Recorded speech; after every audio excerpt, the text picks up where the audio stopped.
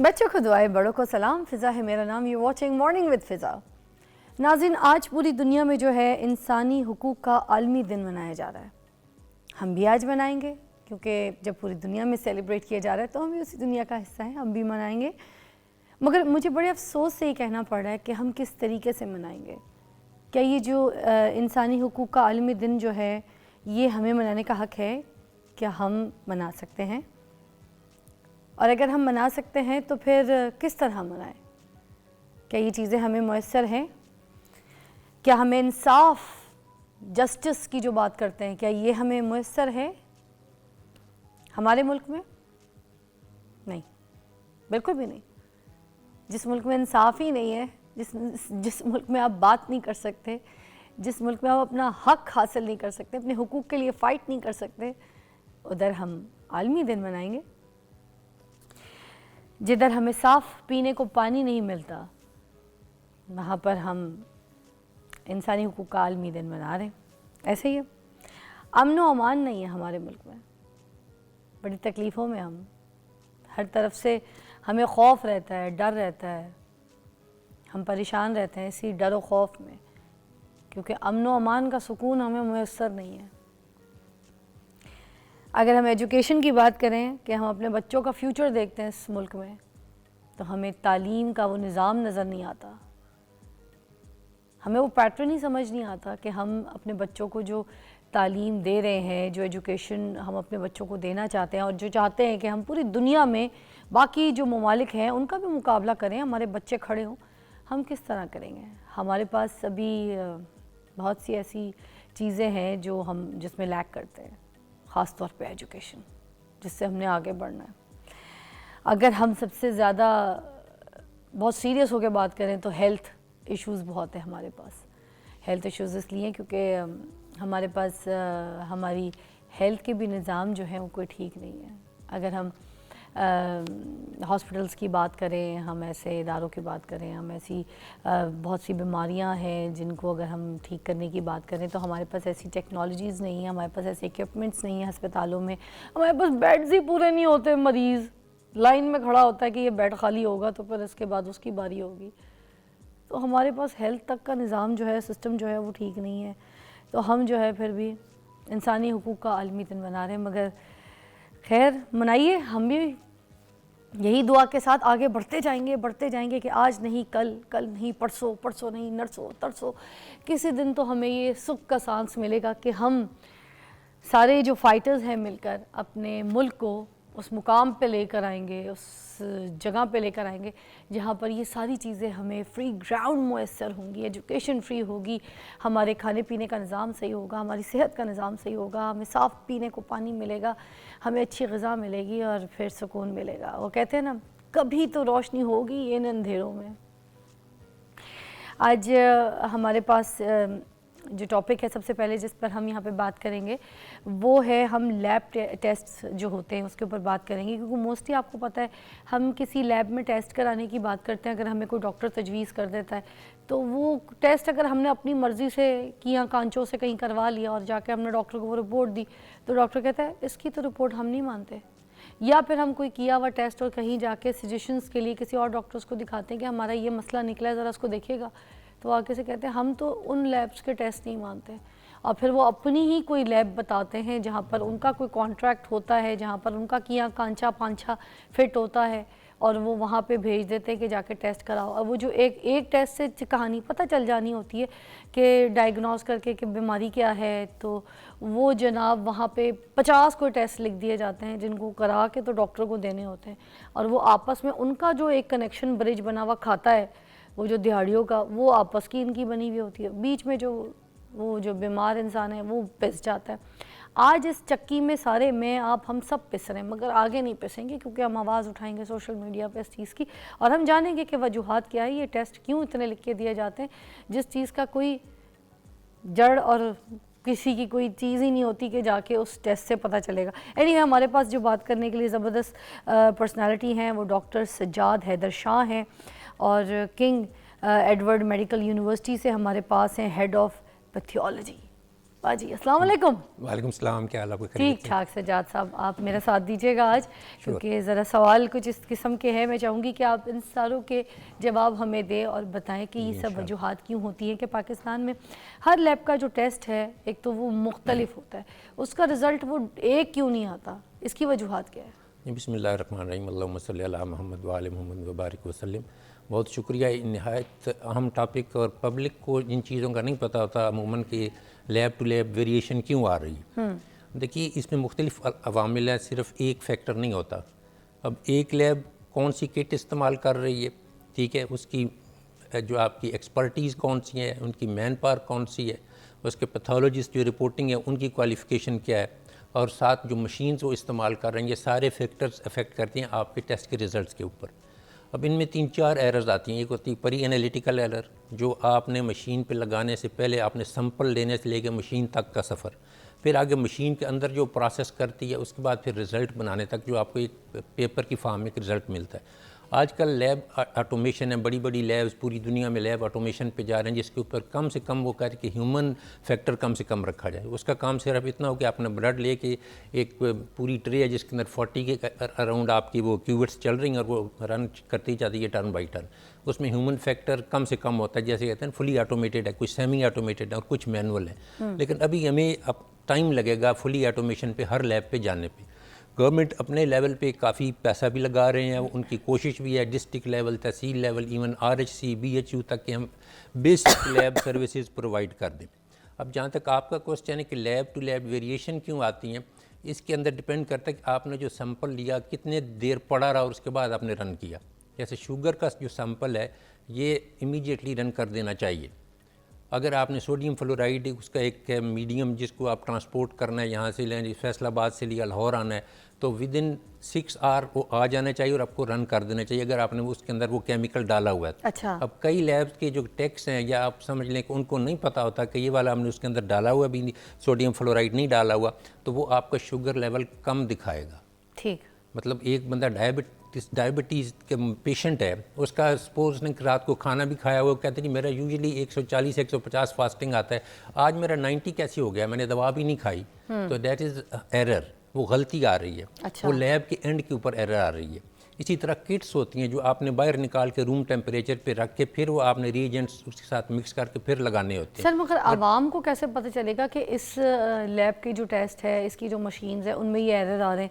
अब वो तो टेस्ट कराने जा रहा है बंदा, बाहर तो ऐसे ही बोर्ड लगे हैं टेस्ट कराएं, ये कराएं, वो कराएं, और बहुत से ऐसी जगहें जहाँ पे लोग बड़ा रिलायबल होकर टेस्ट करवा रहे होते हैं, मगर और बड़ी बड़ी जगहें होती हैं, मगर डॉक्टर्स नहीं मान रहे ना। डॉक्टर्स कहते हैं नहीं इस लैब का टेस्ट, तो ये हर लैब का टेस्ट जो आप कह रहे हैं मुख्तलिफ है, ये आवाम को कैसे पता चलेगा, हमें कहाँ से पता चलेगा? देखिए, हेल्थ केयर कमीशन एक पंजाब के अंदर बना हुआ जिसका काम है क्वालिटी कंट्रोल चेक करना हर लैब की।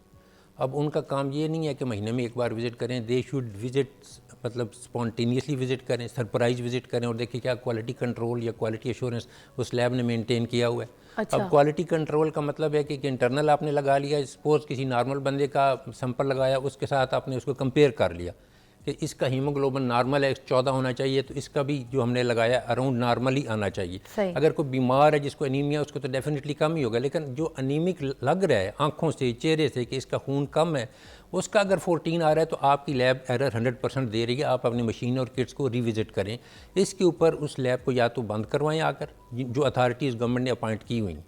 अब ये उसके ऊपर लिख देना चाहिए कि इस लैब के ऊपर इन सर्विसेज की वजह से बंद किया जाए। जैसे LDA सील करती है ना बिल्डिंग्स को, इलीगल, इसी तरह इलीगल लैब्स जिसके अंदर आपने एक बंदा देखा वो मैट्रिक पास है, जिसने लैब टेक्नीशियन का कोर्स भी नहीं किया हुआ, वो एक लैब रन कर रहा है और सिर्फ ये इस बेस के ऊपर कि मैंने ये सीखा था उससे कि कैसे करते हैं। और फिर ये देखिए कि साथ आपके जो क्वालिफाइड पैथोलॉजिस्ट बैठा हो, क्या उस लैब के अंदर सुपरविजन देता है 2 घंटे या 3 घंटे की, या खाली नाम लिखा हुआ है। ये मेजॉरिटी जो मशरूम ग्रोथ लैब की हस्पतालों के बाहर आती है, उसके साथ यही होता है, जैसे आपने इंट्रो में कहा कि डॉक्टर्स का उसके साथ होता है कि इस लैब से ही कराएं, वो एक इल प्रैक्टिस है, मेल प्रैक्टिस है, जिसको मैं भी डिस्करेज करता हूँ कि ये इसके ऊपर 40% मिलेगा अगर मैं रेफरल देता हूँ, तो ये एक गैर कानूनी चीज़ है, ऐसा नहीं होना चाहिए। मुख्तलिफ लैब्स की रिपोर्ट्स का फ़र्क आता है, क्या ये मरीज़ के लिए कोई संगीन मसाइल भी पैदा कर सकता है? बिल्कुल कर सकता है। सपोज अगर कोई गाउट का मरीज़ है, यूरिक एसिड जिसमें बढ़ जाता है, उसके लिए दवा खाता है। हाँ। वो उसके लिए गोश्त भी खाना शुरू हो गया, सारा भी खाना शुरू हो गया, उसके बावजूद उसका आप निकाल रहे हो कि 5 आ रहा है आपका, जो कि 7 से यूजली ज़्यादा होता है। जिनके अंदर गाउट के पेशेंट, जिन मतलब ज़्यादा गोश्त खाने से या दालें खाने से आता है, अगर उसका कम आ रहा है तो वो एक दवा अपनी खाना बंद कर देगा, तो मेरा तो नॉर्मल हो गया। हाँ, ठीक बंदे है, को तो यही और उसके लगेगा। पाँव में सोजन भी आ रही है, वो समझेगा नहीं ये गाउट की वजह से नहीं, किसी और की वजह से। इसी तरह शुगर कंट्रोल स्ट्रिक्ट चाहिए। इंसुलिन लगा रहा है, उसकी आप शुगर नॉर्मल दे रहे हो मुसलसल 110 के ऊपर या 100 के ऊपर डेली की आ रही है, वो इंसुलिन के डोज कम कर देता है, असल में तो शुगर बड़ी होगी, किसी टाइम वो 400 तक और वो जा जाके सकती है। किडनी भी डैमेज जी कर जी, सकती है। जाहिर सी बात है, अगर कोई किडनी, अपनी ब्रेन, आईज और साथ डायबिटिक कोमा तक भी चले जाते होते हैं जब ये शुगर का अपना परहेज नहीं करते। ऐसा ही है। इसी तरह कई मरीज ऐसे हैं जिनको आपने डे टू डे इनके प्लेटलेट्स मॉनिटर करने, जो अंदर दाखिल भी हुए हैं या जो ITP के मरीज हैं, जिनको हमने देखना है कि स्टीराइड की डोज कितनी देनी है। अगर प्लेटलेट आपने 50,000 तक उसके मेंटेन करने हैं, अगर आपकी मशीन या लैब मुसलसल उसकी 80-90 दे रही है तो वो अपनी डोज कम कर देगा ना, कि मेरे तो प्लेटलेट नॉर्मल की तरफ जाना शुरू हो गए, मैं 6 गोलियों के बजाय मैं 2 संगीन मसाइल में जाके बिल्कुल पेशेंट। और इसी तरह सर हीमोग्लोबिन एक ब्रेक लेंगे, जी, उसके sure। बाद हम इसी लैब के ऊपर ही बात करेंगे। आज हम ये अवेयरनेस प्रोग्राम कर रहे हैं आपके सामने, आप हमारे प्रोग्राम में शामिल हो सकते हैं। अगर आपके साथ कोई ऐसा हादसा हुआ है, किसी लैब का रिजल्ट आपका ऐसा आया, और यही जो भी बातें जिस टॉपिक पे हम कर रहे हैं, किसी डॉक्टर्स के थ्रू आपको इतनी सारी टेस्ट और रिपोर्ट्स करवानी पड़ गई हैं, तो फिर आप हमें बताइए ना, चुप क्यों है। अवेयरनेस प्रोग्राम है। चलिए जी, ब्रेक के बाद मिलते हैं।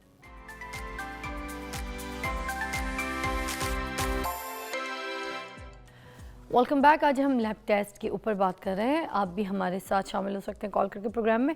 सज्जाद साहब, मुझे ये बताइएगा कि जो एक बता दिया जाता है ना कि 6 महीने के टेस्ट चाहिए, और ये बाहर से आई है ये सारी रिसर्च जिसमें कहा जाता है कि 6 महीने की रिसर्च में CBC टेस्ट होना चाहिए, ये बाकी और शुगर टेस्ट होने चाहिए, all that LFT and all. तो ये जो फाइल बनाई जाती है, ये हर आम इंसान को ज़रूरी है, ये करवाना चाहिए? देखिए, 50 साल से ऊपर कोई शख्स है ना, और उसको अगर छोटी मोटी कोई बीमारी लगी हुई है तो वो तो करवा ले। 50 ईयर्स से बिलो जो हेल्दी पर्सन है उसको ज़रूरत बिल्कुल नहीं है। जिसने अपनी डाइट बेहतर रखी है, जो प्रॉपर वॉक करता है, जिसको फैमिली हिस्ट्री भी कोई नहीं है। फैमिली हिस्ट्री मुराद फादर मदर में से कोई कार्डिक पेशेंट, कोई डायबिटिक हो तो वो तो करवाए। HbA1c एक 3 महीने का एवरेज टेस्ट होता है। अच्छा, ठीक है, वो जिनको है कि फैमिली हिस्ट्री पर ही डायबिटीज़ देखने के लिए करवा लें, लेकिन अपनी डाइटरी हैबिट पहले ठीक कर लें। ठीक है। अगर आपने मीठा भी खाना नहीं छोड़ना और मैदा भी उतना ही इस्तेमाल करना है और नान भी खाने हैं और चलना भी नहीं और सेडेंटरी, फिर आप ज़रूर अपनी शुगर भी लेवल हफ्ते में एक बार फास्टिंग करवा लिया करें। ठीक है। अगर वो भी नॉर्मल आ रही है तो HbA1c 3 महीने का आपका एवरेज बता देता है। अच्छा, वो आपके 6.2 से नीचे या 6.4 से नीचे हो, मतलब 5.7, ठीक है, इससे लेके 6.2 6.3 के रेंज में हो। अच्छा, तो ये आप आते हो परी diabetes, it should be below 5.7। 5.5 तक है तो वेल एंड गुड, आपकी इस जोन में नहीं गए हो, आपका बेहतरीन है। आप अपनी वॉक करो, आपकी शुगर बर्न हो रही है, आपकी कैलोरीज कम है। अब क्या फैटी लिवर का भी रिवाज है ना, आप फैटी डाइट भी कम रखें। बाकी जो आपने क्वेश्चन किया कि कौन कौन से करवाने चाहिए, वो अगर कोई ट्रेमर आ रहे हैं, किसी को गर्मी ज़्यादा महसूस होती है, पहले डॉक्टर को चेक कराए। वो पहले होता था डॉक्टर साहिबान कंप्लीट हिस्ट्री फिजिकल एग्जामिनेशन ले के फिर टेस्ट लिखते थे कि आपको ये ज़रूरी टेस्ट करवा लें। उसमें से एक बड़ा छोटा नैरो सा डिफरेंशियल डायग्नोसिस आ जाता था कि इसमें से एक डिजीज़ पिक करनी है। अब हमारे माजरत के साथ जो जनरल फिजिशियन या GPs या फैमिली फिजिशियन जो होते हैं ना, वो एक पूरी लिस्ट दे देते हैं कि ये टेस्ट आप सारे करवा लें। उनमें से एक एब नॉर्मल आ गया तो फिर उसको पकड़ लेंगे, बाकी तो आपके नॉर्मल है, जब ज़रूरत ही नहीं है। कौन से टेस्ट के CBC जो आप ना 6 माह बाद भी करवा लो तो सफिशिएंट होता है। आपने उसके अंदर देखना है कि प्लेटलेट, हीमोग्लोबिन और TLC, total leucocyte count, WBC count, ये आपके हर महीने कराने की कोई ज़रूरत नहीं है, ये गैर ज़रूरी है। इसी तरह LFTs भी हर महीने कराने की कोई ज़रूरत नहीं होती। आपके ये गुर्दे के टेस्ट RFTs भी हर महीने कराने की ज़रूरत नहीं है। 50 साल से ऊपर बंदा जिसको कोई थोड़ी कोमॉर्बिडिटी, समझ लेंगे कि हाइपरटेंशन का माइल्ड सा शिकार है, तो वो ये चीज़ें साथ करवा ले। गुर्दे के टेस्ट ज़रूर करवाए, ब्लड प्रेशर डेली मॉनिटर करवा ले, उसका लैब टेस्ट से ताल्लुक नहीं है। अच्छा, अभी जैसे कुछ टेस्ट जो हैं गवर्नमेंट हॉस्पिटल वगैरह में बहुत ज़्यादा सस्ते होते हैं, आपको पता है, फ्यू 100 रुपीज़ इस तरह की चीज़ों में हो जाते हैं, 200 250 300। वहाँ पर अब जैसे डॉक्टर ने किसी ने लिख के दे दिया है कि ये वाला टेस्ट करवा लो, वो बंदा जाता है टेस्ट करवाने के लिए, तो नाल वहाँ पे वो भी रिक्वेस्ट करना शुरू हो जाता है, यार मेरे गुर्दों का भी टेस्ट कर दो, यार मेरा ये टेस्ट भी कर दो। ठीक है, तो अब अगर किसी कम कीमत पे है या थोड़ा सा फ्री है किसी चीज़ का, तो वो ये फ़ायदे भी उठा। अब उसको तुम्हें गुर्दों को कोई मसला नहीं तो टेस्ट क्यों करवा लो? ऐवें ही भाई, क्यों ऐवें ही ये भी तो मसले हैं। अब आपको पता है रश कितना होता है, हुजूम कितना होता है गवर्नमेंट अस्पतालों में। तो इन सब मामलात में देखें, मुझे लगता है कहीं कहीं आवाम भी जो है ना पैनिक हुई हुई होती है फजूल में। भाई जिस चीज़ का तुम्हारा काम नहीं है, वही बात है कि जिस गली जाना नहीं उसका रास्ता क्यों पूछ रहे हो? वो टेस्ट करा के तुमने करना क्या है? करना क्या है? वो तो डॉक्टर को भी दिखाओगे तो केड़ा किसी काम का नहीं है। अमूमन तो हमारी इंस्ट्रक्शंस हैं कि जिस पे डॉक्टर ने स्टैंप लगा के किया हुआ है ना कि दिस टेस्ट इज़ रिक्वेस्टेड, ये वाला कर दें। अमूमन तो वो रिसेप्शन वाले एंटरटेन नहीं करते कि जी नहीं आपके कहने पर नहीं करना, पहले डॉक्टर से लिखवा लें। हाँ। अब डॉक्टर भी मेरा कोई वाकिफ़ है तो मैं कहूँगा डॉक्टर साहब ये भी ज़रा एंटर कर दें। डॉक्टर साहब ने मेरी फरमाइश पे कर भी दिया। अच्छा, दैट्स रॉन्ग। वो मेडिकली आप गलत काम कर रहे हो। एक बंदे को खाम खा प्रिक करवाना 3-3 बार के लिए, आप ये भी करवा लो फलाना भी करवा लो। आप बंदा कोई एनीमिक लग रहा है, जैसे मैंने पहले बात की खून की कमी को, उसका CBC करवा लें, ज़्यादा से ज़्यादा पेरिफेरल फिल्म करवा लें ठीक कि है। रेड सेल्स की हमने देखनी कि कोई वजह किस वजह से खून की कमी हो रही है। हाँ। वो तो बात समझ आ गई। बाकी कहो जी ना तुम्हें भूख भी ठीक लग रही है, तुम्हारे स्टूल का यूरिन का कलर भी ठीक है, आंखों का कलर भी ठीक है, तो फिर LFT क्यों? तुम्हारे जॉन्डिस भी नहीं है। हाँ, तो खामखा जबरदस्ती के करवा रहे हो? LFT भर चीज़। LFT मुझे और एक और चीज़ RFT। बताएं, ये जो डॉक्टर्स होते हैं मोस्टली, आज ये वाली बात पे हमने ज़रूर थोड़ा सा तवज्जो देनी है कि जो डॉक्टर्स होते हैं, जब हम क्लिनिक्स या हॉस्पिटल्स में जाके उनको अपनी किसी चीज़ के बीमारी के बारे में बताते हैं और डायग्नोस करवाने की कोशिश करते हैं कि देख लें क्या सिस्टम है, तो वो जो है ना वो जो 36 टेस्ट लिख के देते हैं जिनसे हमारा कोई लेन देन नहीं होता। तो क्या वो लैब टेस्ट जहाँ पे वो स्पेसिफिकली भेजे होते हैं कि इस वाली लैब में जाना है, उधर का टेस्ट हमारे पास माना जाता है, तो ये कह भी रहे होते हैं, तो क्या उनके साथ उनका कोई कॉन्ट्रैक्ट होता है, उनका कोई लेन देन वाला कोई कहानी खाता होता है? तो बताएं ना। बिल्कुल मेल प्रैक्टिस और अच्छे बुरे हर माशरे में है। क्वैकरी पीरों में भी चल रही है, उलमा में भी चल रही है, इसी तरह डॉक्टरों में भी शरायत कर गई है। सॉरी टू से होता है, परसेंटेज कमीशन भी सेट होती है कि पर टेस्ट इतना मिलेगा। ये बात कड़वा सच है, मतलब मैं एक डॉक्टर हूँ, आप एक लैब वाले हैं, आपने और मैंने आपस में मुआहदा किया है कि आप अपने जो क्लाइंट से मेरे पास भेजेंगे तो मैं आपको इतने % का ऑफ दूंगा। अगर ये नहीं, इतने % क्लाइंट को नहीं दो ऑफ दूंगा, मुझे दूंगा, पैसे दूंगा। ओके, अच्छा मतलब अच्छा। मुझे अगर मैं रेफर कर रहा हूँ, आप कर रहे हो, तो आपको फिर मिलेगा 100 रुपए का टेस्ट है तो 40 रुपए उसमें से आपके। अच्छा, ठीक है, तो ये वाली गलत बात वो एंड ऑफ द मंथ वो आपको पैसे देंगे पूरा, वो आपका लिखा होगा हिसाब, उसके आपको पैसे मिल जाएंगे। मतलब डॉक्टर जो है एक टेस्ट किसी भी पेशेंट को देखने के बाद वो टेस्ट जो लिख के दे रहा है और कह रहा है इस लैब के मुझे, और वो ये भी कहता है स्टेप के आप लैब के टेस्ट मुझे ला के दो। जी, अगर कोई लैब का स्पेसिफिक नाम ले रहा है, हाँ लेते और हैं, साथ सारे लेते हैं, तो बस हाँ तो समझे कि है। एक होता है कि नहीं इस लैब में आपको अच्छी लैब को बता रहा हूँ, इसके अलावा इन 3 में से किसी से करवा लें, उसका ताल्लुक नहीं होगा। अच्छा, क्योंकि वो तीनों का तो नहीं उसके साथ ठेका होना ना।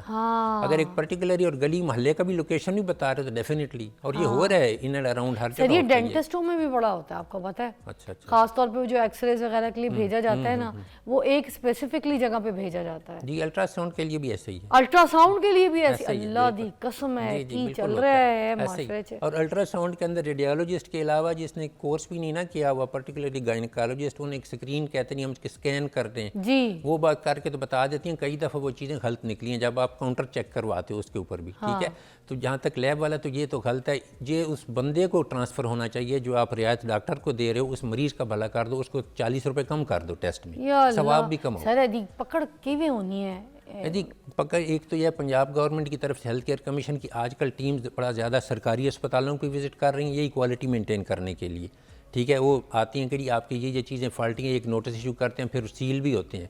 बाकी पकड़ क़यामत वाले दिन तो होनी ही है। सर कोई ऐसी टीचिंग हॉस्पिटल कोई जिसका टेस्ट का जो रिजल्ट है लैब का वो रिलायबल हो? मेरे ख्याल में सारी टीचिंग लैब प्रोफेसर्स की और असिस्टेंट प्रोफेसर और सीनियर डॉक्टर्स के अंडर काम कर रही हैं। वहाँ एक मसला पता क्या है, आबादी हो गई है बहुत ज़्यादा, वहाँ लाइनें लगी होती हैं और रश के अंदर एक आध या 0.1% अगर कोई बाउंस बैक कर गई, लेकिन वहाँ पे भी स्ट्रिक्ट क्राइटेरिया होता है कि कोई क्रिटिकल वैल्यू से कम नीचे अगर टेस्ट आ रहे हैं तो आप फ़ौरन इन्फॉर्म करो सीनियर को। तो सर ये भी तो हो सकता है इसी वजह से प्राइवेट लैब में भेजते हो डॉक्टर्स? नहीं, ये वजह नहीं है।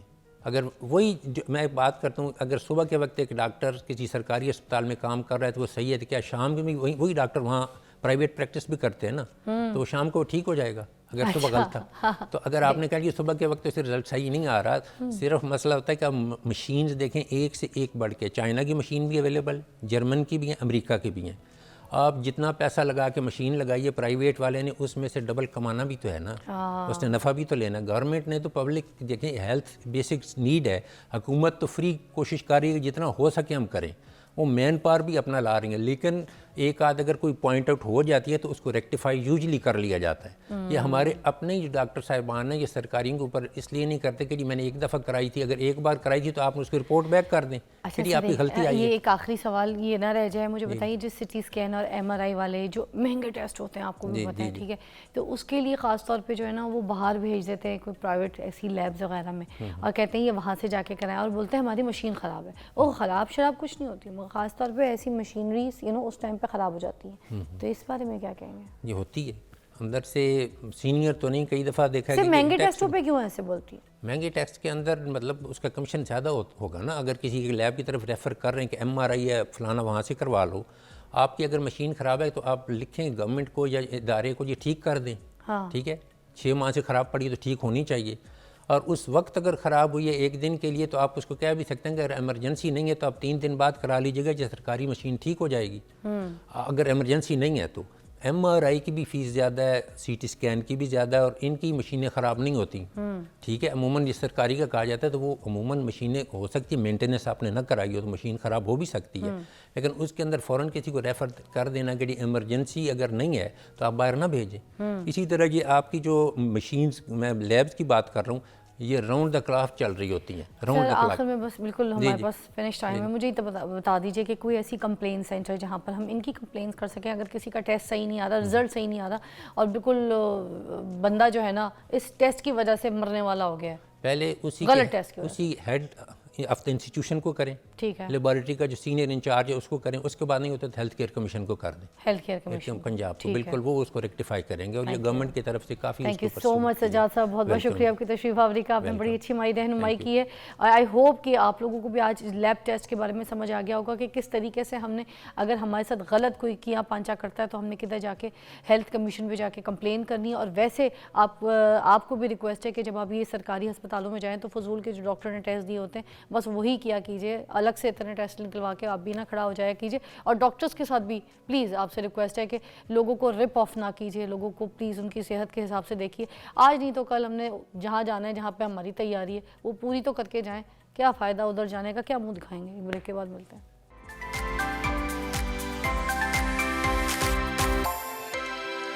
Welcome back, you watching morning with Fiza. नाज़रीन, अभी हम बात करेंगे यहाँ पर हायर एजुकेशन के ऊपर, और हायर एजुकेशन के लिए जो इतनी फ़ीस हम लोग पे कर रहे होते हैं यूनिवर्सिटीज़ के लिए, अपने बच्चों की तालीम के लिए, हायर एजुकेशन के लिए, तो आज इसके ऊपर बात करेंगे कि ये क्या वर्थ है इतनी जो फ़ीसेस हम लोग पे करते हैं, और हमारे बच्चों के फ्यूचर के लिए ये जो यूनिवर्सिटीज़ होती हैं हमें चार्ज करती हैं, और बाहर के ममालिक में क्या सिस्टम है, पाकिस्तान में क्या सिस्टम है, और हम किधर लैक करते हैं, ये सारी चीज़ों के ऊपर बात करेंगे। हमारे पास मौजूद हैं हायर एजुकेशन पे बात करने के लिए कि is that worth cost, Tariq Banuri हमारे साथ मौजूद हैं, एक्स चेयरमैन HEC। अस्सलाम वालेकुम। अस्सलाम वालेकुम जी। कैसी तबीयत है तारिक साहब? तबीयत ठीक है? बड़ी नवाजिश, बहुत मेहरबानी जी। मुझे बताइएगा तारिक साहब, यहाँ से शुरू करते हैं कि हायर एजुकेशन इतनी महंगी क्यों है?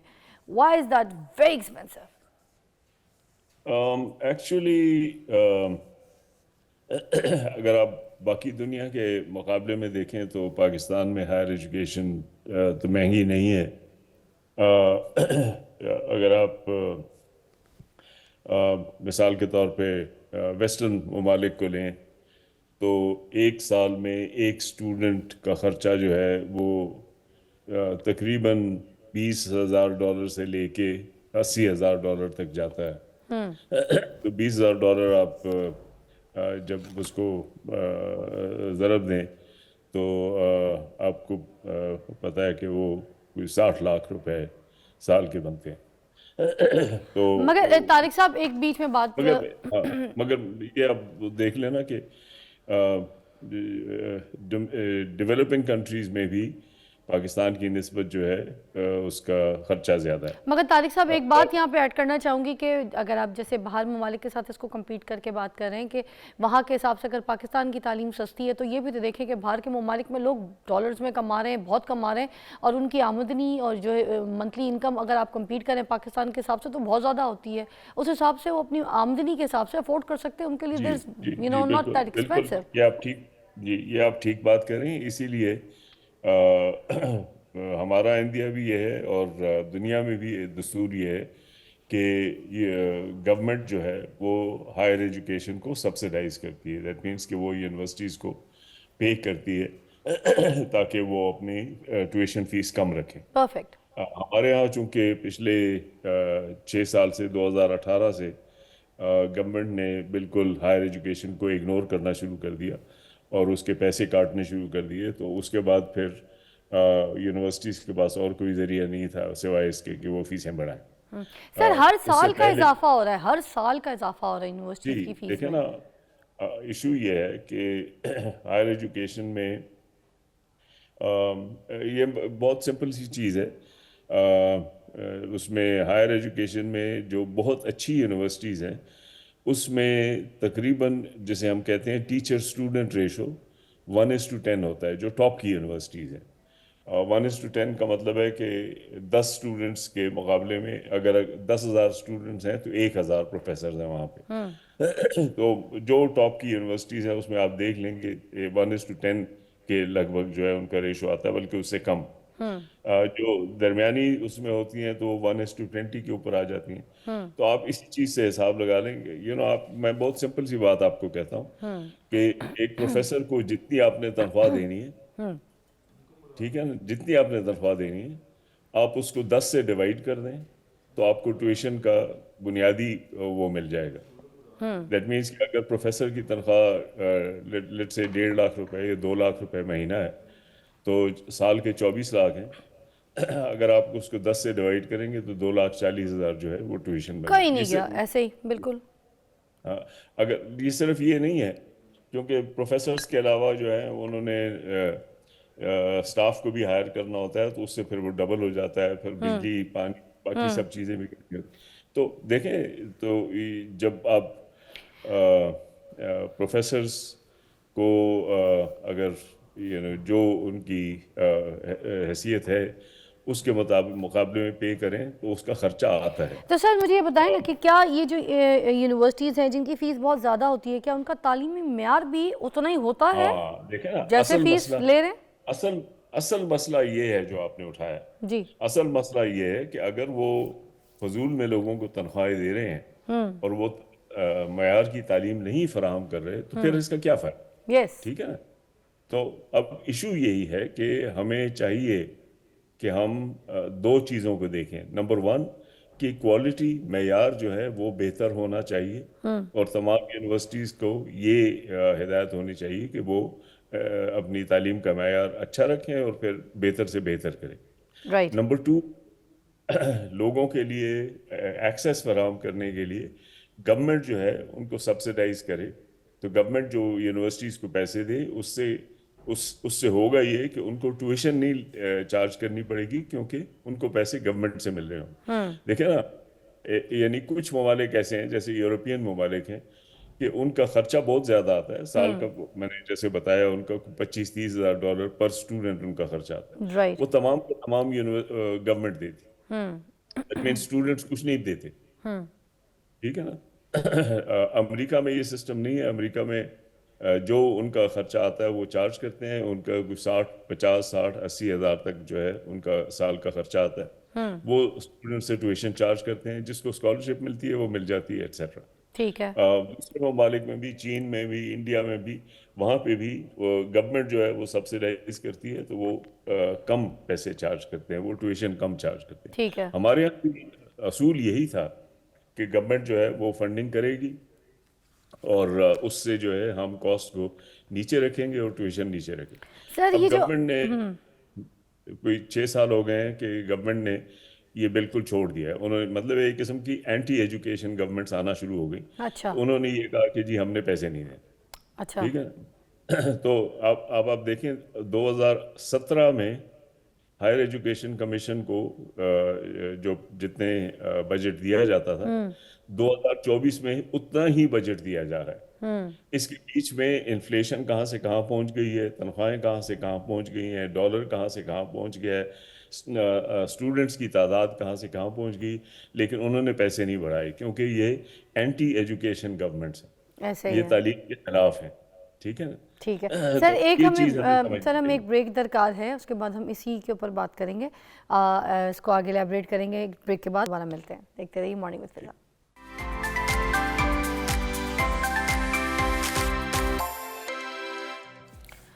Welcome back, you watching morning with Fiza और हम बात कर रहे हैं यहाँ पर higher education worth the cost. अच्छा जी, तारिक साहब हमारे साथ मौजूद है। जी तारिक साहब। जी जी जी। अच्छा, मैं ये पूछना चाहूँगी कि आला तालीम के बढ़ते हुए अखराजात जो हैं उसका माशरे पर क्या असर पड़ता है, क्योंकि हर कोई तो अफोर्ड नहीं कर सकता ना। देखें, हर कोई अफोर्ड कहीं पे भी नहीं कर सकता, इसीलिए दो चीज़ें होती हैं, एक स्कॉलरशिप्स होती हैं और एक गवर्नमेंट वैसे सब्सिडाइज करती है। हमारे यहाँ एक सोशल कॉन्ट्रैक्ट था कि गवर्नमेंट सब्सिडाइज करेगी और कुछ अरसे तक वो करते रहे, लेकिन अब कुछ अरसे से उन्होंने ख़त्म कर दिया। तो ये बहुत इंपॉर्टेंट चीज़ है कि गवर्नमेंट जो है हायर एजुकेशन को सब्सिडाइज करे। मतलब है बहुत सिंपल सी चीज़ ये है कि भाई अगर हमारे यहाँ लेट्स से कि एक स्टूडेंट को एक साल तालीम देने पे एक यूनिवर्सिटी के 6 लाख रुपए खर्च होते हैं, तो गवर्नमेंट को चाहिए कि 5 लाख रुपए वो यूनिवर्सिटी को दे दे, ताकि बच्चे जो हैं वो उसी तरह 10,000 रुपए महीने के हिसाब से जो है वो देते रहें। वाह, राइट। बिल्कुल। ये बहुत सिंपल सी चीज़ है। अब वो एक ज़माने में होता था कि जितना उनका खर्चा आता था उसके तकरीबन 3/4 गवर्नमेंट देती थी। अब कम होते होते होते अब वो 10% रह गया। तो अब तो जब 10% रह गया तो तकरीबन 90% फिर लोगों ने खुद देना होता है। तो उसके फिर दो ही सूरतें हैं।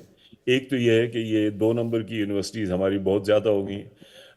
हर जगह पे यूनिवर्सिटी बनाए जाते हैं, पैसे हैं नहीं और पैसे देने को तैयार नहीं है, और वो नाम की यूनिवर्सिटियाँ हैं, 2 नंबर की यूनिवर्सिटियाँ हैं, उसमें कोई ख़ास तालीम नहीं होती और स्टूडेंट्स का वक्त ज़ाया होता है।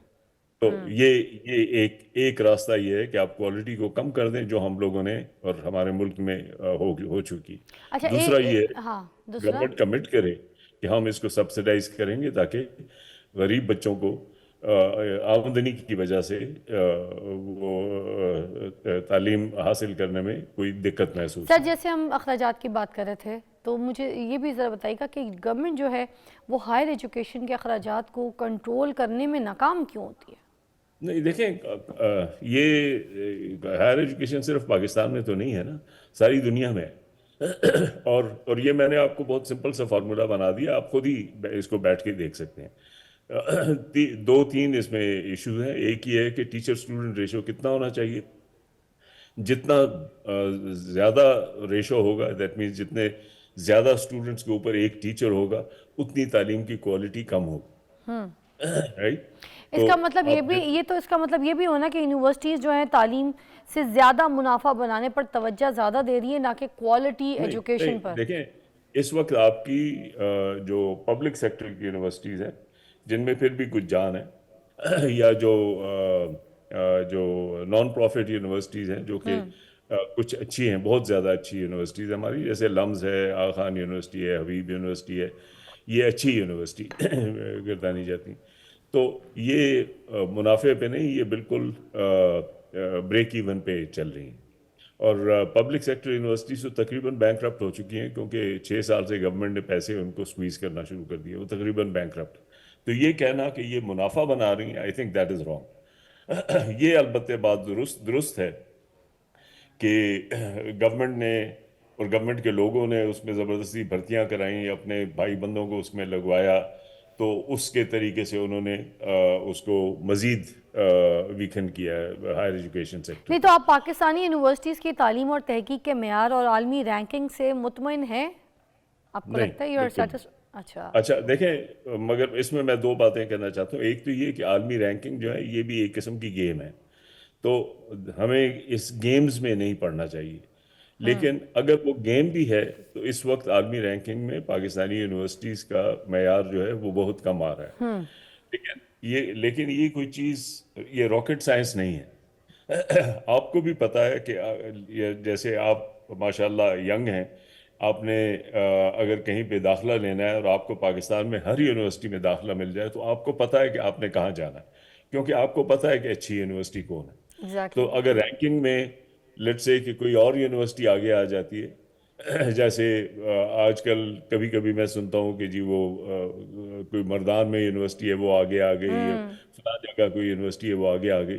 वो लोगों को पता है कि नहीं, ये ये सही नहीं है, सर ये ये कोई हमारे पास लास्ट मिनट रह है। गया, मैं ये पूछना चाहूँगी कि फिर किन मामलात में बेहतरी की गुंजाइश नज़र आती है आपको? थोड़ा सा ये आप सॉल्यूशंस की तरफ ज़रा आ जाइएगा देखिए ताकि 1 मिनट हमारा इस पे देखिए, elaborate हो जाए। बेहतरी करना कोई मुश्किल काम नहीं है। क्योंकि हमारे पास जो यानी वो लोग मौजूद हैं जो कि इस चीज़ को इम्प्रूव कर सकते हैं, उनको एक लिहाज से साइड लाइन किया हुआ है। जी। तो आपकी यूनिवर्सिटीज़ में भी आप देख लें कि जो लोग वाइस चांसलर बनते हैं या डीन्स बनते हैं, उनमें बहुत कम तादाद ऐसी है जो वाकई बेहतरी चाहती हैं। ज़्यादातर जो है वो अपना एक नौकरी गुजार रहे हैं। तो अगर कोई सीरियसली चाहे कि इसको हम बेहतर तरीके से कर सकें, तो एक तो ये चीज़ है कि वहाँ पे लोग मौजूद हैं जो कर सकते हैं। सेकेंड थिंग ये है कि दुनिया में ठीक कोई है। तालीमी निज़ाम उस वक्त तक अच्छा नहीं हुआ हाँ। जब तक वो ऑटोनोमस ना हो, खुद ठीक है। मुख्तार ना हो। ठीक है ठीक है सर, ना? एक न्यूज़ ब्रेक है, अर्जेंट है, जो कि हमें लेनी पड़ेगी। आपका बहुत बहुत शुक्रिया, आपकी रहनुमाई का, थैंक आपकी गाइडेंस का। थैंक यू साहब। आपको मिलते हैं ब्रेक के बाद।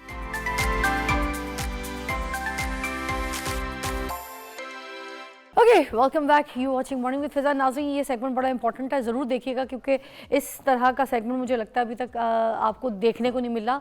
और ये रील आप संभाल के रख लीजिएगा, इसकी सोशल मीडिया पे भी आपको रील्स अवेलेबल हो जाएंगी। आज हम जो बात करने जा रहे हैं नाज़रीन, पीछे से बेटा बंद कीजिएगा मेरा माइक, या तो मैं बोल रही हूँ पीसीआर पे आप लोग बोल लें बेटा। जी, दोबारा से इंट्रो देती हूँ मैं।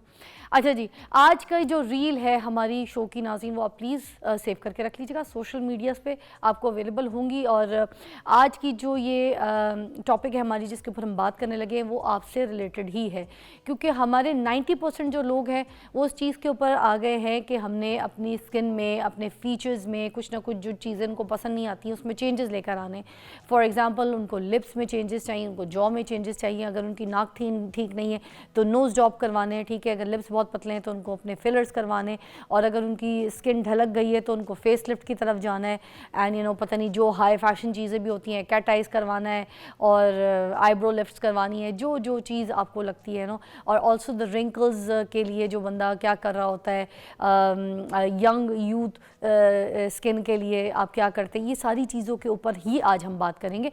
हैं हमारे पास ज़बरदस्त डर्मेटोलॉजिस्ट, मगर हम इसको इस तरह से लेके चलेंगे कि आज पूरी दुनिया जो है वो इन चीज़ों पे आ गई है कि जो सेलिब्रिटीज़ कुछ करवा रहे होते हैं, चाहे पाकिस्तान के हों चाहे मुल्क से बाहर, जहाँ जहाँ के जो हम लोग जिनको फैसिनेट करते हैं, वो जो अपने फीचर्स में कुछ चेंजेस लेकर आते हैं, जिसकी वजह से एक बिफोर और आफ्टर डिज़ास्टर चेंज होता है, उसको देखने के बाद उनको भी दिल करता है कि हम भी इन चेंजेस की तरफ आके तो अपनी फीचर्स को इन्हांस कर सकें और हम अपनी ब्यूटी को खूबसूरत कर सकें।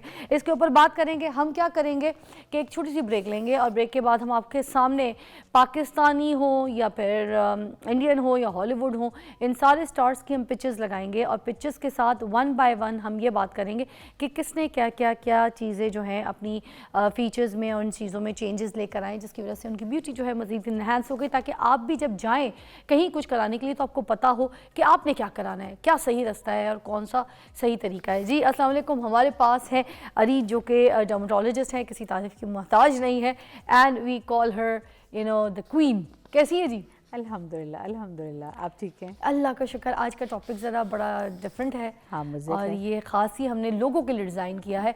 पहली बात मैं यहाँ पर ये बता दूँ कि प्लीज़ सोशल मीडिया पे इन चीज़ों को स्क्रॉल मत कीजिएगा, ना फिर इस तरह की चिट-चैट कीजिएगा कि हम किसी को तजलील कर रहे हैं या किसी की शक्ल पे बात कर रहे हैं। मेक श्योर हम सिर्फ ये बात कर रहे हैं। और मैं एक बात बताऊँ बड़े खुल के, लोगों को बता देना चाहिए अगर कोई कुछ करता है और किसी को कुछ अच्छा लगता है, और किसी के लिए इतने, देखिए डिज़ास्टर चेंज सबको पता चल जाता है कि क्या क्या चेंज आया है, तो फिर अगर बता दें और किसी की रहनुमाई हो जाए तो उसमें कोई बुराई नहीं है। क्योंकि कहीं जाके अपनी नाक बुरी तरह से कटवाएं और अपनी शक्ल ख़राब करवाएं, उससे बेहतर है अगर कोई ऐसा डॉक्टर, कोई ऐसी टेक्नोलॉजी कोई है जहाँ पे आपको मार्केट में पता है कि आपके साथ बेहतरी हुई तो किसी और की भी बेहतरी करवा दें, ठीक है? क्योंकि कोई अंधा नहीं होता, सबको पता होता है डिज़ास्टर चेंज, सही है ना?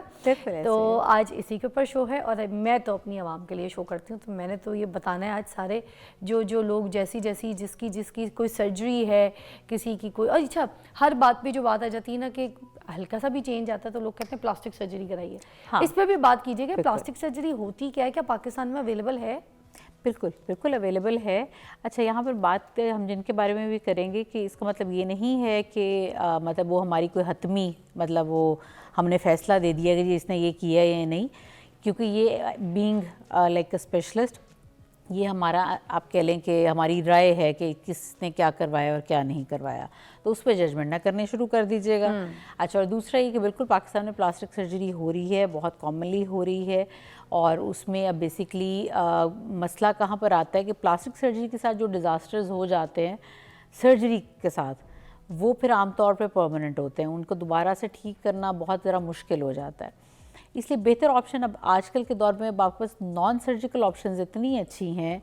अभी जिस वक्त हम ये आपको दिखाएंगे भी डिफरेंट लोगों को, तो हम आपको ये बताएंगे कि जिनको लोगों को लग रहा होता है कि इन्होंने सर्जरी करवाई है, वो बेसिकली सर्जरीज नहीं है, बहुत सारे लोगों ने सिर्फ माइनर प्रोसीजर से वो चेंजेस लेकर आए हैं। सोशल मीडिया पे तो यही लाइन पढ़ने को मिलती है, सर्जरी करा के चेंज हो गई है। नहीं, सोशल मीडिया में तो जिन्होंने लिप फिलर करवाया होता है उसको ये कह रहे होते हैं कि लिप्स में बोटॉक्स करवा लिया। सोशल मीडिया की क्या बात है? हाँ, मतलब इनको तो यही नहीं पता होता देखिए, कि सोशल botox मीडिया में और तो आप fillers अभी का निकालें, और सीरियसली अभी आप निकालें तो आपको मैं सबको कह रही हूँ कि आप निकालें कि क्या पानी पीने से किसी की डेथ हुई भी है तो उसमें वो भी आएगा। आप कुछ भी निकालेंगे आपको सोशल मीडिया पे सब कुछ मिलेगा, इसलिए छोड़ दें सोशल मीडिया से हर चीज़ आप पूछना, क्योंकि उसका वाली वारिस कोई नहीं है। ठीक है, कोई चेक एंड बैलेंस नहीं है, कौन लिख रहा है, हर बंदा लिख सकता है, कोई उसको क्रॉस चेक नहीं कर सकता। तो जो एक्सपर्ट्स होते हैं बेहतर है कि आप ज़रा उनके पास चले जाए, नहीं तो फिर इलाज भी सोशल मीडिया से कराएं। अच्छा, आप देखिए ये भी तो मसला हो गया ना, रीज ईट उठाओ तो डर्माटोलॉजिस्ट निकलता है, ईट उठाओ तो सर्जन निकलता है स्किन का। अब मुझे बता दीजिए कि कौन से सही लोग हैं, कैसे पता चलेगा कि इनके पास जाना है, इन लोगों से ये ट्रीटमेंट लेनी है? कुछ लोगों को तो पता ही कुछ नहीं होता बेचारों को। मेरे अपने ख्याल में बहुत आजकल के दौर में हर बंदे के हाथ में जहाँ फ़ोन है सबको पता होता है, जब आपका काम ख़राब होता है तभी तो आप उस बंदे के बारे में चेक कर ही रहे होते हैं ना कि ये क्या है, कौन है। इससे बेहतर है कि पहले अपनी रिसर्च कर लें। मगर बहुत से डर्माटोलॉजिस्ट, आपको पता है ये PR वाला सिस्टम आ गया ना, सेलिब्रिटीज़ को बुला के 2 मिनट उनके मुंह पे कार्बन लेजर करेंगे, हाँ, लोगों को ये शो करेंगे, तो ये तो हमारे पास आता है, जबकि तो क्लाइंट को पता ही कोई नहीं है कि सेलिब्रिटी को भाई आगे से 5 लाख पे करके बुलाया है कि भाई हमारे पास देखिए, कार्बन फेशियल भी मेरे पास बहुत सेलिब्रिटीज आती हैं, लेकिन वो कभी आपको नहीं दिखाने देती हैं अपना आप, क्योंकि उसकी वजह ये होती है कि we are not paying them.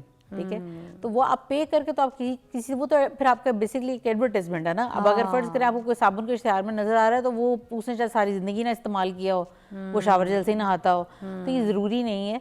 तो इसलिए ये चीज़ बहुत इंपॉर्टेंट है कि जब आप मैं उस तो डॉक्टर एक के और पास बात जाएं। बोलूँगी, जो सेलिब्रिटीज़ दिखा रहे होते हैं ना, ये जितनी इनकी रील्स में चीज़ें होती हैं, मैं क्योंकि खुद मुझे पता है, हम खुद PR का डब्बा बेच रहे होते हैं, तो ये देखभाल के, ये नहीं कि किसी ने अगर आयजा ने पकड़ लिया है या फिर किसी फहद मुस्तफ़ा ने पकड़ लिया तो आप उसको देख के, और ये भी तो देखें पेड प्रमोशन हो सकती है, हो सकता है उनको, क्योंकि एक्टर एक्ट्रेसेस हैं यार, उनको तो ये चीज़ें मिलती हैं, वो तो है ही इसी काम के लिए कि उन्होंने प्रमोशन करनी है।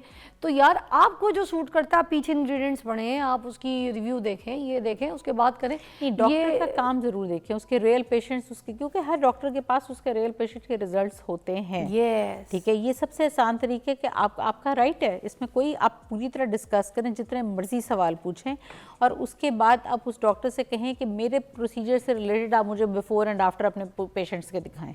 अच्छा, बहुत सी सेलिब्रिटीज़ जैसे अगर बहुत कुछ हल्का फुल्का या ज़्यादा कुछ भी करा भी लेती, किसी का कोई बहुत ब्लास्ट भी हुआ है बुरा कोई यहाँ पाकिस्तान में? पाकिस्तान से बाहर कहीं पे भी? वो तो बहुत कॉमनली देखिए, वो तो नज़र आ रहे होते हैं कि जिनकी सर्जरीज ख़राब हो जाती हैं बेचारे। मतलब अब जिस तरह आप अगर बॉलीवुड में से लें तो आयशा टाकिया, मतलब वो तो बेचारी का मेरा ख्याल कैरियर ही ख़त्म हो गया उसके बाद, तो वो हो जाते हैं। एक तो वो बल्कि भी थी ऑलरेडी, बल्कि के अलावा उसकी वो नो सर्जरी वगैरह, फिर ओवर लिप फिलर, वो हर चीज़ वो ख़राब हो गई। आपको मतलब जिस वक्त अब सर्जरी के साथ लोग जाते हैं जहाँ काम उनका ख़राब होता है, वो दोबारा ठीक होकर नज़र नहीं आ रहे होते। अच्छा, आजकल अच्छी खासी नाक होती है, ये पिग नोज निकली है, पिग नोज की तरफ चले जाते हैं ना। I just hate that. हर बंदे की एक जैसी नाक, भाई प्लीज़ मत बनाएं। नाक यहाँ से उठा देंगे यूँ। हाँ, हर बंदे की एक जैसी। मतलब ये पता नहीं क्या ट्रेंड है। और अब होता ही है कि बाज़ दफ़ा वो कहते हैं ना, कुछ शहद लोग भी जालम सन, कुछ सानू मरन दा शौक भी सी।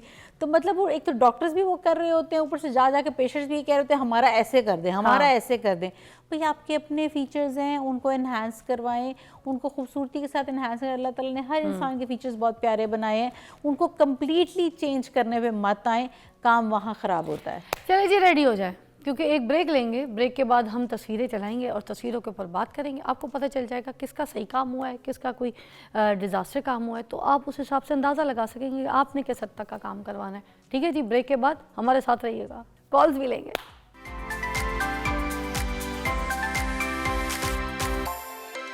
ओह माय गॉड नाज़रीन, वो वक्त आ चुका है कि जब हम आपको सही तरीके से गाइड करेंगे कि जब कोई सेलिब्रिटी जिनको देख के आपका दिल करता है कि हमारे अंदर भी चेंजेस आए, तो वो क्या चेंजेस होते हैं। वो माइनर से चेंजेस होते हैं, वो ज़्यादा होते हैं, जो भी होते हैं, मगर आपको आइडिया मिल जाएगा। तो हम अरीज भी हैं हमारे साथ, हम पिक्चर्स चलाते हैं, हमारे साथ रहिए, आपके कॉल्स भी शामिल करेंगे जी। पिक्चर्स लगाइएगा जी, लगाइए जी।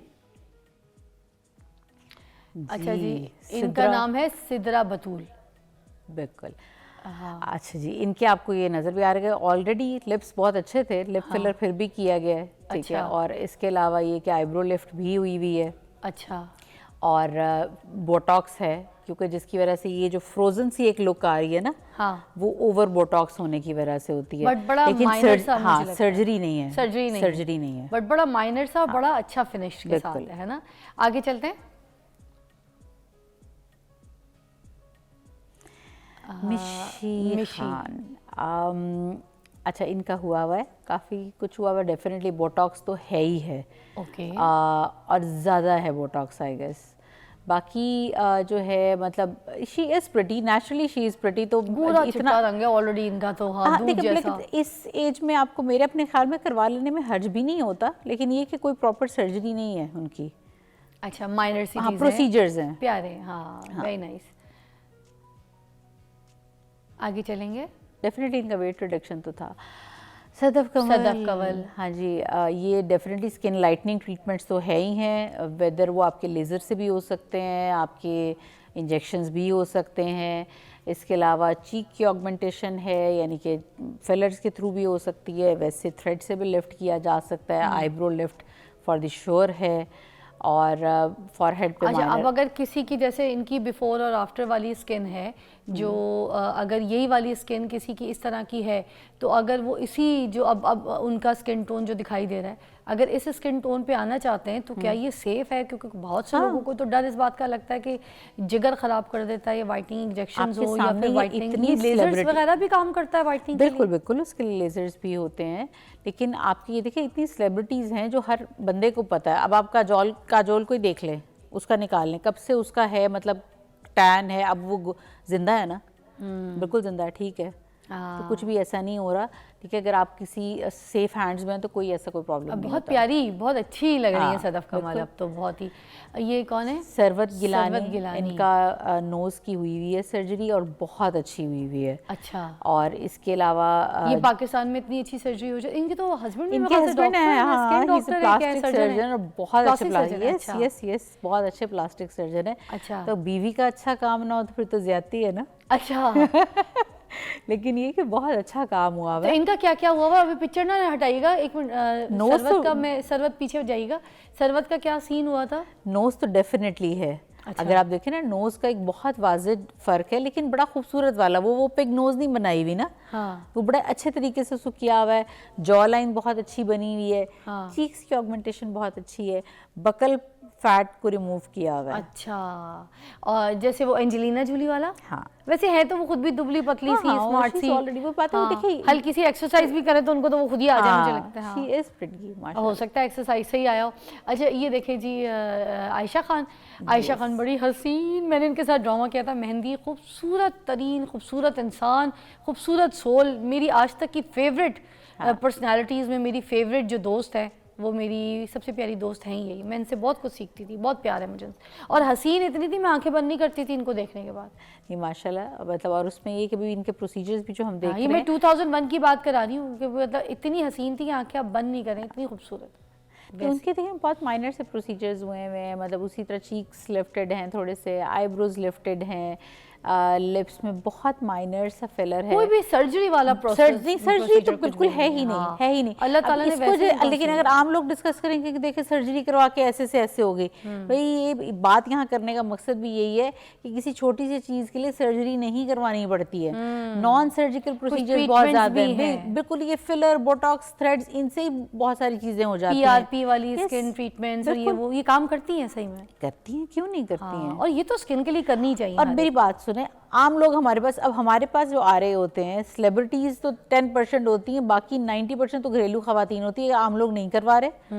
तो आप सेलिब्रिटीज तो उनका तो काम ही, उनका तो प्रोफाइल आप देखेंगे तो आप वो अच्छे नजर आ रहे होंगे तो आप देखेंगे ना। एग्जैक्टली, हाँ। फिर अगर वो नहीं नजर आएंगे तो फिर आपने वैसे ही बेचारे को जीना देना, फिर आपने उसके नीचे कमेंट्स कर करके उसकी जिंदगी हराम कर देनी है, और फिर वो उसको तो अब भाई उनका तो हक बनता है, ऐसे ही है। आप कर रहे हैं तो उसको भी करना ये चाहिए। भी मेरी बड़ी प्यारी दोस्त है खाना, ये भी बड़ी खूबसूरत है, वैसे बहुत प्यारी है।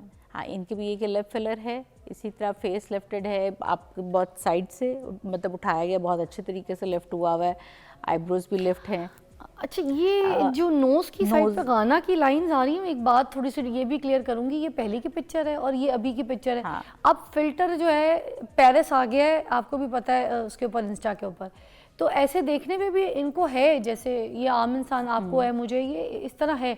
और वो जो दूसरी पिक्चर लगी हुई है उधर बिल्कुल यूं कहानी है, वो पेरिस वाला फिल्टर लग रहा है। हाँ, नहीं, आप बात दफा ये होता है कि जो सेलिब्रिटीज को आप देख रहे होते हैं तो उनकी फोटोशॉप भी होती है ना, फोटोशॉप भी तो होती हैं यार, और वो बिफोर आफ्टर की निकाले तो पहले फक्कड़ पिक्चर्स होती थी और अब जाहिर सी बात है एडिटेड पिक्चर्स बड़ी। अब पहले वो शादियों पे अजीब टाइप की वो निकाल के वहाँ की वो बेचारी कभी स्कूल कॉलेज के टाइम की किसी की निकाल ली, उसको किसी को ना कोई फैशन सेंस होती है ना उस टाइम वो होश होती है अगर कोई पढ़ रहा है तो, और इस टाइम पे आप निकाल के जो है ना वो जाहिर अगर किसी ने शूट करवाया तो उसके एडिट भी तो ही होंगे ना पिक्चर्स, ऐसे तो नहीं उन्होंने रॉ तो नहीं लगा दिया। एडिटर को एक्स्ट्रा पैसे दिए जाते हैं फोटो शूट के बाद, पहले तो फोटो शूट किया तो कोडेक से पिक्चर निकलवा लो। बताएं आजकल बच्चों में, अब मेरी बेटी 7.5-8 साल की, वो स्नैपचैट के अलावा पिक्चर नहीं लेती। तो मतलब फिल्टर के बगैर कौन लेता है पिक्चर आम लोगों में से भी, ऐसे ही। तो अब मेरा ख्याल है हमें जो खासतौर पर मीडिया पे आने वाले लोग हैं उनको थोड़ी माफी दे देनी चाहिए। हाँ, नहीं, ये इनके लाफ लाइन्स इस तरह जिस तरह आम लोगों के होते हैं है ये सब।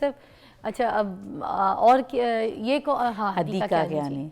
अच्छा, हदीका कियानी का देखें, she is ageing but very gracefully. अरे वाह, वेरी ग्रेसफुली, मतलब उसमें कहीं पर भी आपको ओवर कुछ नहीं लग रहा है। ये कहते हैं ना यार ये क्या कर लिया है, मतलब वो बंदा होता है ना कि ये आप इस तरह चल रहे हैं, और क्योंकि अच्छा अब ये वो लोग हैं जिन्होंने अचानक कुछ नहीं करवाया, इन्होंने साथ साथ थोड़ी थोड़ी चीजें रखी हैं तो वो मेंटेन्ड भी लगी हैं, ठीक है, और वो खूबसूरत भी लग रही हैं। अब वो आपकी स्किन ट्रीटमेंट के साथ साथ जो है ना आपको बूस्ट देती रही हैं, चाहे वो अच्छा कोई कोलेजन बूस्ट करवाया इन्होंने, कुछ किया है ऐसी कोई ट्रीटमेंट है? डेफिनेटली बोटॉक्स, फिलर्स, ये चीज़ें हैं, बहुत माइनर में है लेकिन मेनली बोटॉक्स तो है ही है, क्योंकि इस एज में आप रिंकल फ्री अदरवाइज तो हो ही नहीं सकते। इनकी स्किन बहुत प्यारी है, बिल्कुल अभी भी बेबी स्किन है। Definitely no face lift surgery कोई नहीं है, सर्जरी कोई नहीं। हाँ, क्योंकि मासूमियत भी वैसी है, और मैंने इनको एक्टिंग करते देखा ड्रामों में, इनके सारे फीचर्स जैसे eyebrows, nose, everything you know is moving proper, it's not with the botox you know settled, everything freeze नहीं है कुछ। You are right. आगे चलेंगे, महविश हयात का फिलर तो है ही है लिप्स में, वो तो मेरा ख्याल है इसमें आप ये किसी लेमैन से भी पूछेंगे तो उसको पता चल रहा होगा।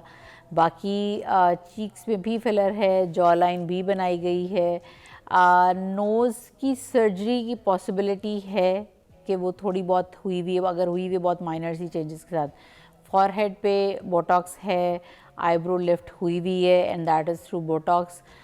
थ्रेड नहीं हो सकता क्योंकि थ्रेड पे फॉक्स आई बन जाती है तो वो नहीं है, लेकिन लिप्स का तो फिलर डेफिनेटली हुआ है, बट बड़ा अच्छा हुआ। मैं देख रही हूँ बड़ा अच्छा प्यारा चेंज। अगर आप वैसे पहले भी प्यारी लग रही है मुझे तो उसमें, लेकिन अगर आपको सूट कर रहा है तो क्या हर्ज है। मुझे पहले भी बड़ी प्यारी सी लग रही है, उसके बाद अब वाला देख रही हूँ तो जाहिर सी बात है मॉडर्न ज़माना है, उसके हिसाब से ज़रा मॉडर्न टच है ना। बिल्कुल।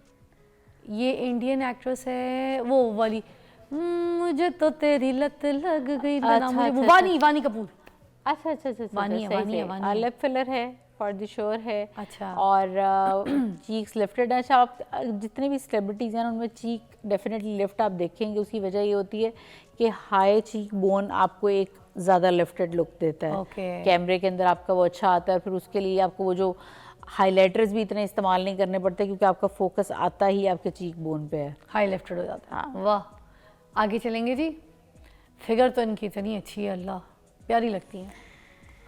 उमायमा मलिक। हाँ, लाइटनिंग, स्किन लाइटनिंग ट्रीटमेंट्स हैं, जो कि खैर वो वाली पिक्चर मुझे लगता है कि बेचारी के फ़िल्टर लगा के ज़्यादा डार्क कर दिए। वो वाली फ़िल्टर लगा के ज़्यादा वैसे लाइट कर उमायमा दी भी है। बड़ी प्यारी है, हाँ, खूबसूरत वो है। प्यारी है, लेकिन मेरा नहीं ख्याल है कि कोई बहुत ज़्यादा उन्होंने कुछ करवाया है, सवाए इसके कि उनके जो है ना आपको लगता है complexion- लाइटनिंग, कॉम्प्लेक्शन हाँ, वगैरह हाँ, पे काम है हाँ। बस, और बाकी फीचर्स वगैरह तो है ना। देखिए, माइनर बोटॉक्स वगैरह हर कोई करवाता ये है। जो लाइटनिंग वाली ट्रीटमेंट होती है, कितने को इंजेक्शंस के बाद आपको लगता है इस तरह का रिजल्ट आ जाता है, जैसे जो भी पिक्चर में आ रहा है? ये लंबा सिलसिला है। हमें जब लोग देख के आते हैं सेलिब्रिटीज़ को, तो ये 1 या 2 दिन की बात नहीं होती है। अच्छा। अगर आप बॉलीवुड के भी निकालें, तो जिस तरह उसकी काजोल की बेटी का देखें ना, हाँ ठीक है, सही है, बड़ी अच्छा है। अब तो देखिए ना, पहले मतलब क्या था उसका और अब क्या है। वाह, तो वो उसमें अगर अच्छा लग रहा है, लेकिन ये लंबा चलता है, ऐसा नहीं है कि 2, 4, 5, 6 इंजेक्शन से 30, 40, 50 वाला सीन होता है। वाह। अच्छा, मानूर बलोच बहुत हसीन, दुनिया की हसीन तरीन इंसान, आज भी खूबसूरत हैं, और ये मुझे लगता है ग्रेजुअली स्टेप बाय स्टेप साथ साथ स्किन की ट्रीटमेंट्स लाइटर मूड बहुत में, जैसे आपने लाइटर, कहा। लेकिन ये इनकी लाइफस्टाइल अच्छा है। ये I can bet on this कि बहुत शुरू से ये बंदी डेफिनेटली, मेरा नहीं ख्याल है कि ये शुगर इनटेक कर रही होगी या वो कार्बोनेटेड या आर्टिफिशियल चीज़ों, ये ऑर्गेनिक पे ज़्यादा होंगी, क्योंकि जो जिस तरह की एजिंग है, आपको होता ही है कि जब अगर किसी ने सर्जरी करवाई हुई है, तो एक और जगह 1-2 होती हैं, यानी कि जिस तरह आपके हाथ होते हैं, ये बाजुओं के होते हैं, ये आपको बता देते हैं कि अच्छा ये तो बूढ़े नज़र आ रहे हैं, लेकिन चेहरा उठा हुआ है। अगर आप उनको ओवरऑल देखें ना, तो उनका सारा ही बड़ा खूबसूरत है। तो उन्होंने अपने आप को रखा ही बहुत अच्छे तरीके से। हानिया आमिर क्योंकि ट्रेंडिंग में भी है। हाँ, उनके बारे में आपको क्या लगता है? प्रोसीजर्स हैं। ब्रेक के बाद, रुक जाए, ब्रेक के बाद अब आपके जो कुछ ऐसे हम नाम भी यहाँ पर लेंगे, जो पिक्चर्स के अलावा भी हम आपको यहाँ पर डिस्कस करेंगे कुछ नामों के साथ आपको, ताकि आइडिया हो जाए कि किस किस ने किस तरीके से अपनी लाइट ट्रीटमेंट्स ली हुई हैं, और वो आप भी ले सकते हैं। ब्रेक के बाद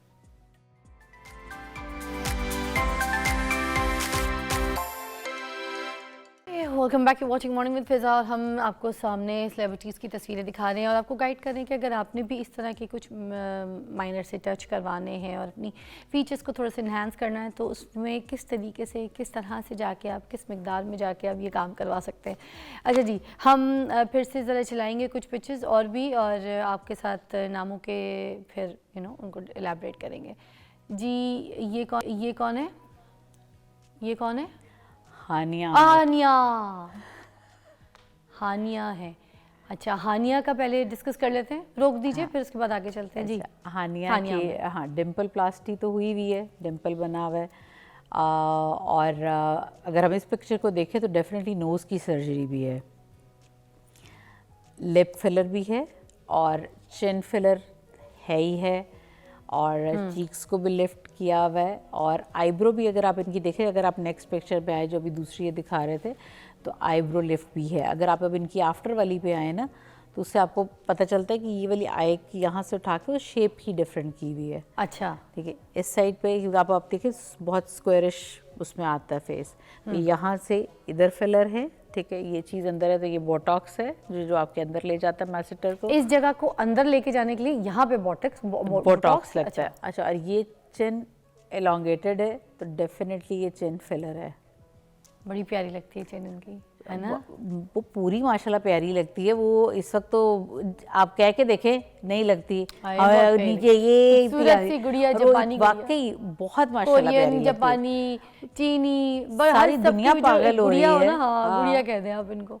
और वो चीनी के या फिर आटे के डब्बे में से निकालो, इतना प्यारा रंग भी है इनका, है ना? ये कॉम्प्लेक्शन जो है ना, वो डेफिनेटली पहले ही बहुत अच्छा था। गोरी तो ऑलरेडी पहले से थी, लेकिन वो देखें, जो बंदा ख्याल रख रहा होता है वो नजर आ रहा होता है, ठीक है। और एक बंदा जिस समझदार भी है, बहुत समझदार है, दुनिया जिस पे आशिक हुई हो, उसका रूप तो वैसे ही बनता ही है ना। क्या बात है, खूबसूरत है ना? बहुत खूबसूरत, बहुत प्यारा।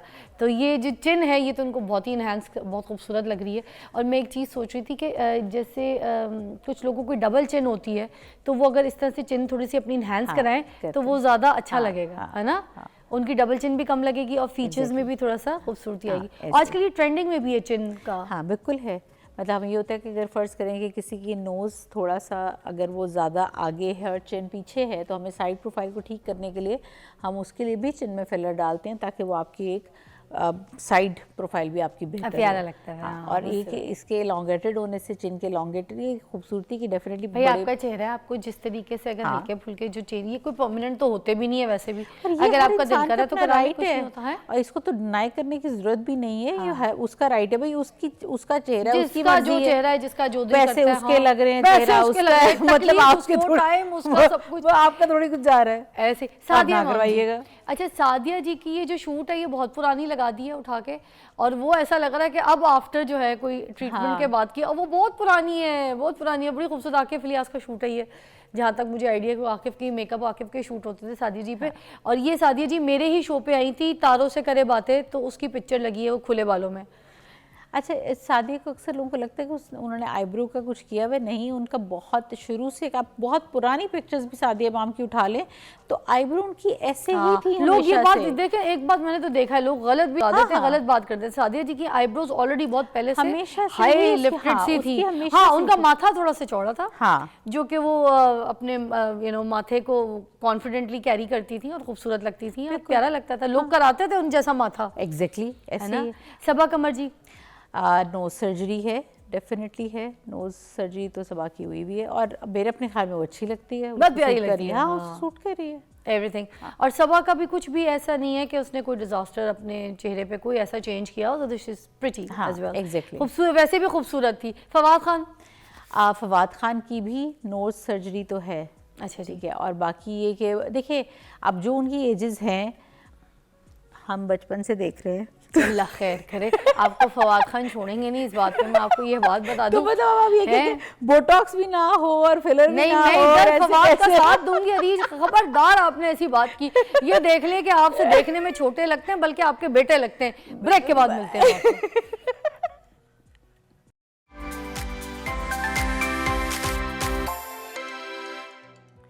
Welcome back, watching morning with Fiza. नाज़रीन, ज़बरदस्त मेरे पास मेहमान जो है वो मौजूद हैं। उनको हमने यहाँ पे मदऊ किया, ख़ास तौर पे पहलवानी के अखाड़े से जो है, आप समझे, हमने उनको बुलाया। रेसलर्स हैं और इनके बारे में मैं बता दूं कि कॉमनवेल्थ गेम्स खेलते हैं, साउथ एशिया गेम्स, ठीक है, इंडो पाक गेम्स में पार्टिसिपेट्स कर चुके हैं, और पाकिस्तान में पहलवानी जो अखाड़ा है उसके ज़बरदस्त नामवर तीनों पर्सनालिटीज़ हमारे साथ मौजूद हैं और हमारे पाकिस्तान का फ़ख्र हैं। और कैसे पहलवानी का आगाज़ हुआ, कैसे किस तरीके से पहलवान बने, ये सभी बताएंगे हम आपको। और वैसे बता दूं, ये तीनों जो है ना, सगा खून है, सगे भाई हैं। हमारे पास जो मौजूद हैं वो हैं बिलाल अवान साहब। अस्सलाम वालेकुम, कैसी तबीयत है जी आपकी? ठीक है। अच्छा, और उनके साथ ये तशरीफ़ फरमा है सज्जाद अवान साहब। अस्सलाम वालेकुम, आप ठीक है जी? और ये हैं तैयब रज़ा अवाम।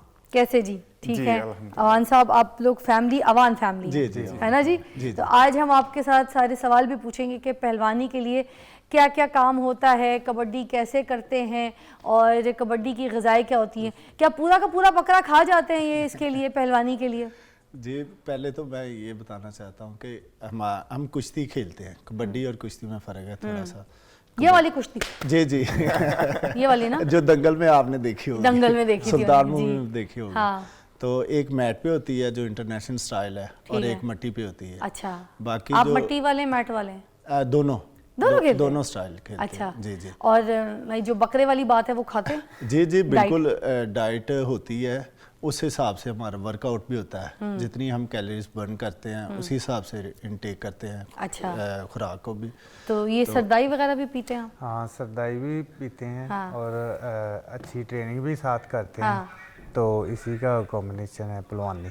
अच्छा, और ये जो कच्चा दूध होता है, ये कच्चे दूध में अंडे कच्चे डाल के अब नहीं, हम कच्चे अंडे तो नहीं डाल के, लेकिन ये है कि आजकल सर्दियां, तो सर्दियों में जो है हम देसी घी पीते हैं, दूध में डाल के, दूध में डाल ओए, के कच्चा। हाँ, उसमें लेकिन वो देसी उसमें घी ज्यादा। सैचुरेटेड फैट भी होता है, आपको क्या कहता है? हाँ, आपको तो हमारा चाहिए ही वर्कआउट है। ही बहुत ज्यादा है, तो बल्कि हमें तो फैट की जरूरत क्योंकि होती आप वो है। मसल गेन पहले कर लेते हैं, जब वो मसल गेन हो जाता है तो वहाँ पे सैचुरेटेड जो फैट है वो स्टॉक नहीं होता, वो इधर उधर कहीं और जगह देखता है जहाँ पे बर्न हो जाए। जी जी, ये बिल्कुल, लॉजिक exactly। लोगों को समझ नहीं आएगी, मगर मैंने बड़े काम की बात आपसे सही की है। हाँ, बिल्कुल। हाँ, मगर घर बैठा आदमी जो सोता पड़ा है, वो कहते हैं ना, सुत्ती पई नू जगाया माई, अगर वो सोया पड़ा है तो फिर वो सैचुरेटेड फैट या देसी घी खाएगा तो मरने वाला हो जाएगा। इसी तरह। हरकत करने वाला बंदा जो है ना वो सैचुरेटेड फैट मतलब देसी घी खा सकता है। आइए जी, मुझे करके दिखाना है खड़ा यहाँ पे कैसे होता है। आप नहीं, मैं लड़ने नहीं लगी, मैंने आस्तीन ऊपर किए, सिर्फ ये देख लीजिए, आपने लड़ना भाई भाई लड़ाऊंगी मैं, ठीक है। मगर इधर आ जाइएगा ताकि कैमरास जो है वो फेसिंग कर सके और आप लोगों ने दिखाना है कि आप लोग कुश्ती इसमें कैसे- असल ना सबसे अहम जो है इसमें, जिसे आपने सुना भी होगा, पैंदड़ा, जिसका मजबूत है, यानी जिसका जो बेसिक है खड़ा होने का स्टाइल जो है रेसलिंग का वो मजबूत है, तो उसकी समझे रेसलिंग मजबूत मतलब पाव का जमा के खड़ा होना। जी बिल्कुल ओके। बिल्कुल। इसमें ये स्टैंडिंग पोजीशन है, ठीक ये, है। ओके। इसमें ये स्टैंडिंग पोजीशन है। सबसे पहले इस पे नेक पे आप ये हाथ रखेंगे, अच्छा। ठीक है। इसे फिर थोड़ा सा दबाना होता है। जैसे इसे दबाएंगे हाँ। तो इसका सर नीचे जाएगा, ये अगेंस्ट मेरे जोर लगाएगा, मैं नीचे लगाऊंगा, ये पीछे लगाएगा, तो मैं इसी तरह पीछे निकल जाऊंगा। ओके। पीछे जाके तो हम यहाँ से इसे और समटाइम्स ऐसा होता है कि इसमें नेक इंजरीज भी हो जाती हैं। और सर ऐसे नहीं चलेगा, एक स्टेप तो करके दिखाना है। ना गिराएं भले, मैं कहती हूँ ना गिराएं भाई आपका, मगर यार एक होना चाहिए जो उधर होता है ना मैदान में, इधर भी एक करके दिखाना है यार। उतार के घड़ियां अगर मसला कर रही हैं, दे मुझे घड़ियां, मैंने काफी घड़ियां लोगों की लेके भागी हूँ। हाँ आप भी उतार दें क्योंकि लग सकती वैसे है। भी आजकल बहुत मशहूर एक एक शॉट आपने दिखाना है आज लाइव, लोगों को पता चले। मैं गिरा तो नहीं मैं सकता। ना गिराना नहीं है, क्यों गिराना है? जी हाँ क्योंकि फ्लोर फ्लोर भी ऐसा, वाला जी, घड़ी जी। दे दे, मगर वो हाथ की हाथमपाई होनी है, प्रॉपर सही वाली करनी है, थोड़ी सी कुछ कुश्ती नहीं करके होता। चलें जी, ये गेम है, गेम है। कह लें कि हम आपके फैन भी हैं, बहुत तो शुक्रिया आपका एक नाम है। भाई, आपका प्यार है। आप जो जितने लोग बनना चाहते हैं, जो कुछ इसमें- करना चाहते हैं, बोले बगैर एक लड़ना है। जरा आपने आधे 1 मिनट की फाइट करनी है। यस 1 2 3 ओह माय गॉड, क्यों हारे भाई से? नहीं वो टेक्निक वो कर बहुत बड़ा रेसलर है, ये- हमसे अच्छा नहीं, वो पूरे पाकिस्तान से अच्छा है। अभी मैं कल नेशनल चैंपियन होके आया हूँ इधर गुजरांवाला आइएगा, इधर आइए, वो कैमरा नहीं, आप इधर ही रहे, मुझे बताएं किसके साथ मुकाबला करके आए? गुजरांवाला में। गुजरांवाला में फाइट थी जिसमें सेमीफाइनल था, क्वार्टर फाइनल में बहुत अच्छे लड़के थे।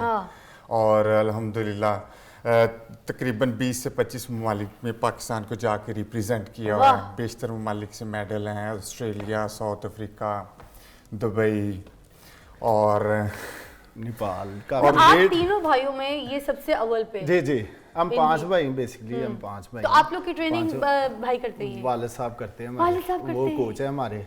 और हमारे दादाजी के जो भाई थे, दादाजी का क्या नाम? मलिक रहमत अली अवान, उनके कजन थे। दीन मोहम्मद अवान, उन्होंने जी। पाकिस्तान का पहला गोल्ड मेडल हासिल किया वाह, था वाह, 1954 और मैंने 97 कैटेगरी में पार्टिसिपेट किया नेशनल चैंपियनशिप में। और मैंने 10 दिनों में 13 kg अपना वेट कट किया है। तो ये क्यों करना पड़ा? 97 कैटेगरी में जाने के लिए। अच्छा, ये भी हाँ, criteria। 97 से नीचे होना चाहिए था वेट ना, तो मेरा ज्यादा था। तो महीने के कोई आपने 8-10 बकरे छोड़े होंगे।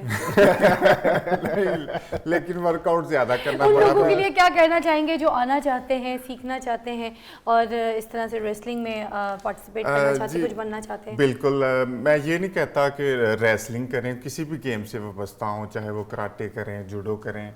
ग्रिफन ग्राउंड अखाड़ा है हमारा मुगलपुरा के अंदर, और हम फीस भी ले हम जो है वो नौजवान नस्ल के लिए वर्क कर रहे हैं कि वो आएँ, आके हुनर सीखें और हेल्थी एक्टिविटीज़ में शामिल हुकूमत की तरफ से सपोर्ट होती है? जी, इंटरनेशनली जब हम जाते हैं तो वो हुकूमत ही हमें सपोर्ट करती है, और जब जीत के आते हैं तो इनामात भी देते क्या हैं। बात। लेकिन मैं एक पैगाम भी हुकूमत के लिए देना चाहूँगा कि जितनी भी स्पोर्ट्स हैं, गेम्स हैं, इनके अंदर जब नेशनल चैम्पियनशिप होती है तो first, second, third, gold, silver, bronze, इसी हिसाब से जो इनामी रकम माइक उतार के पाकिस्तान स्पोर्ट्स बोर्ड की तरफ से भी दिया जाना चाहिए। कम से कम 10 लाख गोल्ड को देना चाहिए, सिल्वर को 5 लाख, ब्रॉन्ज को 3 लाख। इस तरह पाकिस्तान स्पोर्ट्स बोर्ड को भी चाहिए कि नेशनल चैंपियन होने पर भी इनामात दिए जाए, ताकि स्पोर्ट्स ज्यादा आपकी से बात ज्यादा सही है हो। और ये हमारे चैनल की तवज्जो से पहुंच गई। आखिर में जाते जाते हम सिर्फ वो एक्शंस करेंगे, मैं आपके साथ एक्शन करूंगी, कोई फाइट नहीं करेंगे, मगर सिर्फ हम एक्शंस करेंगे, ठीक है, जो आप लोग करते हैं, ठीक है। और आप सबका बहुत बहुत शुक्रिया, पाकिस्तान का नाम रोशन कर रहे हैं, आप लोग के लिए बहुत सारी दुआएं, सब पूरी जो नहीं चाहिए बेटा, हम लड़ने लगे तो हमें माइक दे रहे हैं। अच्छा चले जी, सिर्फ एक्शंस कर रहे हैं, ठीक है। ओके, क्या क्या एक्शन है, घूमते जाएंगे और एक्शन करते जाएंगे, ठीक है, ऑलराइट, ओके इस तरह ओके, ये वाला ऐसे पकड़ने के लिए होता है ये, ऐसे, ओके, ऐसे हाथ भी खींच सकते हैं, जी कर सकते नहीं हैं, ऐसे ऐसे कर सकते हैं, ऐसे पकड़ के और ऐसे भी कर सकते हैं, इसमें ओके, इस गर्दन को झटका दे के नेक लॉक भी करते हैं। नेक लॉक भी कर सकते हैं और बच भी सकते हैं ना, इसमें डिफेंस अल्लाह हाफिज, मैं जरा एक्शन सीखने में बड़ा मजा आ रहा है, ठीक है, जब फरार को मैं इसमें मारूं ना defense भी तो बहुत- ऐसे-